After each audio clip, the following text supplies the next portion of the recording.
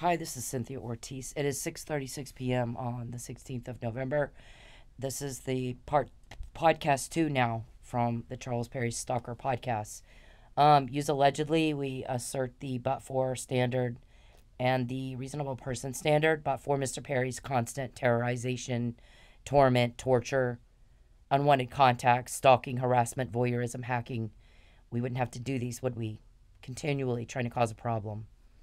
So, real quick, this podcast actually, when I was, I mean, this has gone on for a long time where I have to, where Mr. Perry makes unwanted contact, he'll jam up my computers or he'll start typing in it. And, he wants to talk to me. And I'm just like, get out of my phone. Shut up and go away. I didn't ask you what you wanted. I didn't ask you what you think. I moved twice to get away from you. Just like, this. And I mean, the way that he does things, and taking my money and all this stuff. And when he kept threatening false arrest and I'm going to kill you. And then he carried one of those threats out. Well, he did try to kill me. And then he did arrange a false arrest. All I did was try to get a protective order. Because when somebody's trying to threaten you with death and false arrest, you need a protective order. So I had already tried to get one. I forgot the police report. He makes it worse. They're trying to kill me. So I filed a police report because I forgot the first one. It was denied because I forgot the first one. And but it wasn't even a week, I get arrested for filing a false police report in retaliation for his job as a senator. Well, I didn't live in Texas. I don't give a shit about his politics. He was the new guy, and then I moved. I helped him get elected. I've been in politics all my life. I didn't do Texas legislation. He didn't matter to me. Charles Perry to me might as well be a dog catcher. I mean, I've been around D.C. politicians all my life. All my life. My granddad was an elected official. He didn't matter. Never did. I didn't live in his district. I didn't do Texas legislation. That was a flat-out lie. Or delusion. We're not sure. We're waiting on him to tell us what was his intent when he lied. Was he delusional and he just imagined that? Or what? So he has me arrested and charged in Lubbock. I live in Oklahoma now for 2 years. Wasn't even a week. It's the law. I had to file it. I didn't have a choice. There was no investigation. He obstructed. So, let me just tell you, this poor girl right here. I mean, I've been doing this for years, screaming. I don't stop stalking me, please. I can't live here anymore because you stalked me. That's what I do. Leave me alone. I will. You talk to me for 2 minutes. No, I'll leave you alone. 0 minutes. I don't want to ever talk to you again. I don't ever want to hear your voice to you. Please, God bless you, but please leave me alone. Please leave me alone. Please stop following me. You won't call the cops. Stop. And I do that every fucking day. So, I said it a lot. I'm saying it in 2011. I left Lubbock in 2013, November 2013, and moved to the Dallas area. And it gets worse. I meet somebody that I care about. Charles starts calling and butting in and making threats to him and me both. Then then I move again to Oklahoma. Again, I'm trying to avoid a conflict. I'm doing exactly what she said. I'm going to have to move. And these were, I'll be typing in my phone and he's typing right over my typing. It takes me twice as long to do everything. It drives me insane. So I'm telling my friends here, there's nothing about abortion. There's nothing political here. It's all, he's creeping up behind my house. I may have to move. That's in 2011. And the other thing is, showing up at restaurants where I am. He's coming into a restaurant. I have my, a weekly thing with my friend Cheryl. We go eat at Carino's every Wednesday for happy hour with her church friends. It wasn't a church thing. It was just her church friends came. So one night I go run errands. I leave my phone at home. You got my phone GPS'd. You see my texts. That's what I'm doing every Wednesday because nobody called you and asked you to come. Well, his staffer, Catherine, shows up and doesn't sit where she could have anywhere else in the restaurant. She fucking sits right next to us every time. We're getting creeped out by that. So we meet at Starbucks later. And I tell her he's GPS'd my phone. He's hacked it. He's watching us text. He knows that we're coming here. And he's sending that bitch to listen to everything we say, see who we're talking with, see if there's any guys around me, and that type of thing, like a creepster. Like he thinks there's a romance there. And then he has so I go run errands. I forgot my phone. and she's calling me, telling me he comes into the restaurant looking for me. Which, if I leave my phone at home, should he not think I'm at home? I think he would think I was at home if he's hacked my phone. The only way he could know I left is, he's got the voyeur cameras. So and then he did the same thing with his daughter. I'm texting friends. I'm going to go to the roof. The roof was like a bar, dance club type thing, on the roof of the parking structure across from Jones Stadium where Texas Tech plays football. And so I would go like on a Friday night and plan to go back on Saturday and text somebody about it. Let's go I had fun at the roof last night. Let's go again tonight. And then at the very last minute, twice we canceled. Either once I canceled, and I think another time the other person canceled. Either way, twice we didn't go. Twice Jordan Perry, his daughter, shows up fucking in the pictures Sunday morning from the roof. What the hell is that? I didn't see her any other time, just right after I had been there and had plans to go back, and at the last minute canceled. He's having his fucking kid stalk me for him. It's that bad. He's that messed up, mentally. So that's when I was in Lubbock. Charles, shut up. He types in my computer when I'm doing these things. Shut the fuck up. Listen, I'm screaming just like that girl. I have been for years. I'm telling my family, he's threatening false arrest. He's threatening false arrest. He's threatening false arrest. I'm panicking. I'm upset. I'm just like that chick all the fucking time. So I'm going to tell you what happens, Mr. Perry, when I'm screaming at you like that. My guys can, I can talk to them on the phone. They're police. They're not from here. They're not your bitches. So what happens is I'm screaming like that. They got it recorded, just like they record everything you say. They could take it to the judge for a wiretap order.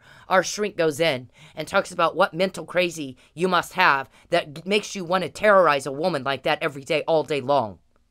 Why don't you work? Why don't you fucking work? Why don't you go fucking be normal? Instead of acting like that fucker. Some sort of sadist, sex pervert, get off me with the rape. Get the hell off me. We don't have a relationship. You keep trying to talk to me like you think we're a couple. We're not.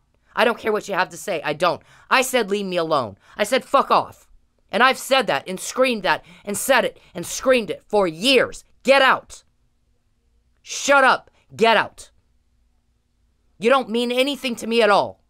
I moved twice to get away from you. I sued 3 times. I taught myself enough of the law. You're scared fucking to death to let me in a courtroom. You got to run my car off the road, hoping we don't go to court, because you're scared of me. Because I'm right. I know what I'm talking about. I don't know how to fucking be an attorney. You guys have like 20 seasoned attorneys. You still are scared enough of me, you want to run me off the fucking road. When is it going to rain again? Can we not get her, her app for Uber Eats, for her side gig, her side hustle? Can we not get that to get her on a freeway so I can run her off the road and we'll blame the rain? You are recorded. Blankenship, I know your name because what happens is I'm screaming for Perry to get away from me. Stop contacting me. Stop fucking with me. We get a wiretap order, sir. Mr. Calvin. My shrink goes in and they tell the judge what kind of mental illness might cause a guy to do that all day. Terrorize, torment, starve. He gets the order, grants the order, and then we get your name. Calvin, Blankenship, is it not rain? When's it gonna rain again? Can you guys not get her back up on the freeway? I can't do anything if she's not on the freeway. Just like this. Mike Neely was drugged. He didn't kill anybody. You need to get in touch with the Florida State's attorney. By the way, if you can, the judge asked my guys, can she not go see the Creek County DA and have all those people in Florida charged with obstruction of justice and get Officer Neely home? And our guy says she can, but there's 2 things that I really don't want her to do that right now. One is it's dangerous. 2, that's where Manfred's in Creek County. We don't know how many of those guys, I'm not going to say how many of those guys were involved in the murder. There was a lot of people out there that knew about it. I'll say that. Number 2, I don't think the guy has the guts we have. We have a lot of guts. We're up against Goliath. And the judge has asked every single time, Is she okay to continue? What else do you need to do? We need this, this, this, this, and this. Because we want to get them all at the same time. We want to bury them. So it will take them the next 6 years just to read through everything and look at all the evidence and see if they can get any of it dismissed. And we're hoping they won't be able to get any of it dismissed. Then we want to go to trial. There will not be a deal for any of them. We don't want these people out. They're bad. They are bad. And if she's okay to continue, then let's go. And I am. But I'll tell you what. You don't understand what you're fucking with. Whatever locals here, if the best you can do in law enforcement is to be the bitch of a sex pervert, God help you. You're pathetic as he is. Charles, don't contact me. Charles, do not contact me. I don't care what you think. I don't care what you think. I didn't ask you. I said get away from me. What is wrong with you? What is wrong with you? I don't want to know what you think. We're not a couple. I don't care. Get off me. Get off me. Get off me. Get off me. Shut up and get out. Nobody asked you what you think. Nobody. No one asked you what you think. Look, this is the thing. In 2013, it was regarding the one email after I was already out of Lubbock where Charles is bombarding me with fucking fundraiser emails. And I'm still at this point trying to be discreet. And I'm saying, because your stand on the abortion, whatever, quit contacting me. I didn't want a scandal. I just wanted you to leave me alone. That's it. Get off me. We're not a couple. You're crazy. You need help. You need to be in the butterfly net. I'm screaming like this, and the judge hears it. They play that for him, and then the shrink goes in and testifies what is wrong with somebody that puts a woman through that every fucking day for years. That she has to scream at him, get away from me, stop contacting me. Every time you bother me, you don't get a date, you get told on because we're all sick of you. Everyone's sick of you. Calvin, that's how we got your name. Blankenship, that's how we got your name. Harassment, and in my home, in my computers, in my phone. Shut up, Charles. Get off me. We're not a couple. I didn't ask you what you think. I don't care. I'm sick of repeating myself. So tired. Shut up. Shut up. This is not about, I don't like abortion. This is not about that. This whole thing says, it's a waste of taxpayer money. And it was Rick Perry's decision, not Charles's. And what I'm saying is, they're having to extend session to do this bill. And it's not gonna pass the Supreme Court. They'll shoot it right back down. And they did. I was right. They wasted millions of dollars of taxpayer money putting a bill, extending session, putting a bill through that had no hope of doing shit. And that wasn't Charles's idea. He may have supported it. You know what? Who gives a shit? He wasn't my representative. John Frullo was. John Frullo was. And it was already after I was long gone from Lubbock. Charles Perry, to me, is a worm. He's not federal. I worked in federal politics. You're a nobody. You're a pathetic little nothing nobody. You have no power. You can't even be normal for 5 minutes. Go work. So you guys that want to, you get all mad when I start quoting you. I'm going to tell you how this works. He terrorizes me. He tortures me. He starves. And he does it day after day after day after day. And I'm screaming at the top of my lungs. Leave me alone. This was in 2014. I wasn't in Oklahoma yet. I'm in Dallas right here. He was butting into things that didn't concern him. And I'm screaming and screaming, leave me alone, leave me alone, leave me alone. Just like that girl. Just like that girl. So when I do that, the judge hears it, Charles, and then the shrink has to explain what kind of mental nutbag puts someone through that every day. And then we get your name, Richard. Listen, you know how many Richards have come into my club to get a lap dance from me? I lost count years ago. I don't even know. So how did I know you worked for Charles?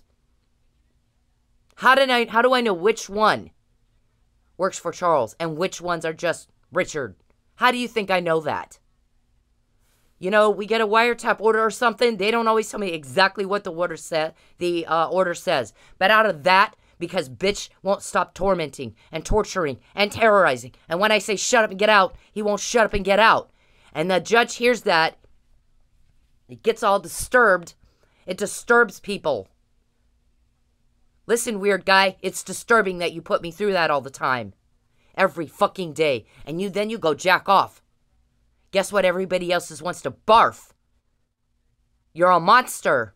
And the shrink has to explain that to the judge. What in the fuck is wrong with someone that does that to her day after day after day? Why can't he just go be normal and work? Where's his family? What lie did he tell his family? While that he's doing when he's actually over bothering her. You're going to jail. Write it down. Calvin, we got your name from the terrorization, the brutalization, the victimization, or whatever words you want to use, criminology words. Crime causation, because Mr. Perry can't fuck off for even 5 minutes. Terrorizing me and bothering and bothering and bothering and bothering. There's never a date. There will never be a date. I think when I was in jail, I said the same thing she said. I never want to hear his name again. I never want to hear his name again. I never want to even hear his name again. So I come back after you guys plan. We'll tell her everything's going to be okay. We're going to lie in a court of law again. We'll just lie and tell her everything's going to be fine. And you knew good and well you had a whole different plan. Right? And I'm telling you, everybody's going to do a false arrest. All those documents are right here. When you carry out a threat, like I'm telling my ex-husband in the McNamara email, when you sit down in your little meeting and you come up with a plan to hurt me, and then you carry out that plan, everything else is a whole lot more terrifying after that when we get another recording. Calvin, Blankenship, Richard, your names came from when he does that. Can't control himself. Sad little maniac with nothing to define him but his sad little crimes. He doesn't have any power. He's impotent and weak. He can't be normal, can he? Our shrink has to go in and explain to the judge, here's the medical diagnosis for someone that acts like that. Disturbed, demented, deranged. Terrorizing and tormenting and starving day after day after day after day. And then he goes and jacks off. Right? Blankenship, go thank Perry for that. He got you that. Calvin, same thing. Richard, same thing. Mike was drugged. Came from that. So, my demand was, we need you to lie. I'm not going to lie. Because we just obstructed justice and we have no intention of preserving your evidence because it'll prove your case and we're not going to let that happen. So we're going to make sure your evidence is all destroyed. So will you lie? No, I'm not going to lie. I'll just say nothing, but here's the thing. Perry can never contact me again, ever. Ever. And he agreed to that. But the thing is, first he went in and said there was a false police report filed. And it was because of my job as a senator. It was retaliation. And you knew that was a lie. You knew it when you said it. You knew I had all this because you hacked me. You knew I had this way before that you were threatening a false arrest. That's I filed the police report on the 21st. My arrest was on the 29th. That was sent on the 4th. He's gonna arrange a false arrest. And that will not vindicate him. That'll prove me out. Then you did it. Then you fucking did it. There's the police report. At the bottom right, 21st. This was dated the 29th. A few days later. We need you to lie. So, he contradicted all the stuff that he said with this when he admits he is stalking me. He is making unwanted contact. He is butting in. He is talking. And I'm going, shut up, I don't care. We're not a couple. Didn't ask you. Fine, I'll leave you. I'm going to admit that I am bothering you, and I agree to stop. Yep.